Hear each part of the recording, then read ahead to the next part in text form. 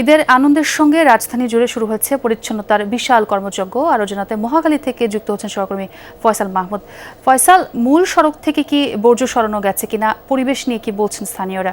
ছোয়া মূল সড়ক থেকে শুরু করে যে রাজধানীর সকল ওয়ার্ডের যে সকল গলিপথ রয়েছে কিংবা বাসাবাড়ির সামনে যেহেতু কোরবানি হয়েছে, নিশ্চয়ই সেখানে এখন বর্জ্য বেশ জমা হয়েছে। তো সিটি কর্পোরেশনের পক্ষ থেকে কিন্তু ইতিমধ্যেই ঘোষণা করেছেন তারা রাত 2টার মধ্যেই পুরো ঢাকাকে কোরবানির বর্জ্য অপসারণ করার ঘোষণা দিয়েছেন তারা।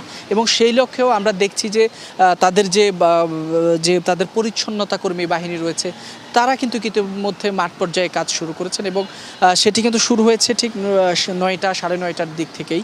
অর্থাৎ সকালে যেহেতু যারা 7টার দিকেই বা কোরবানি দেওয়া যেহেতু আরম্ভ হয়েছে, তারপর থেকেই কিন্তু তাদের বর্জ্য অপসারণের যে অভিযান সেটি কিন্তু শুরু হয়েছে। আমরা এই মুহূর্তে রয়েছি মহাখালী, যেটি ডিএনসিসির 20 নং ওয়ার্ডের অন্তর্গত।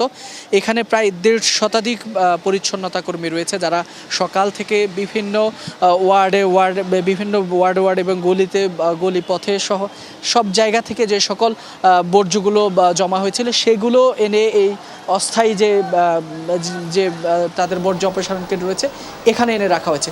এখান থেকে পরবর্তীতে ট্রাক যুগে সেগুলো আমিনবাজার ল্যান্ডফিল্ডে নিয়ে যাওয়া হচ্ছে। তো আশা করছেন যে 5টার মধ্যেই তারা পুরো এলাকার। ফয়সাল, আপনাকে অনেক ধন্যবাদ। আগেজ হেলথ প্লাস সোপ, যার জিঙ্ক ও হেক্সা দেয় এই সময় রোগ জীবাণু ও ব্যাকটেরিয়া থেকে সুরক্ষা, কারণ পবিত্রতার শুরু তো পরিচ্ছন্নতা থেকেই।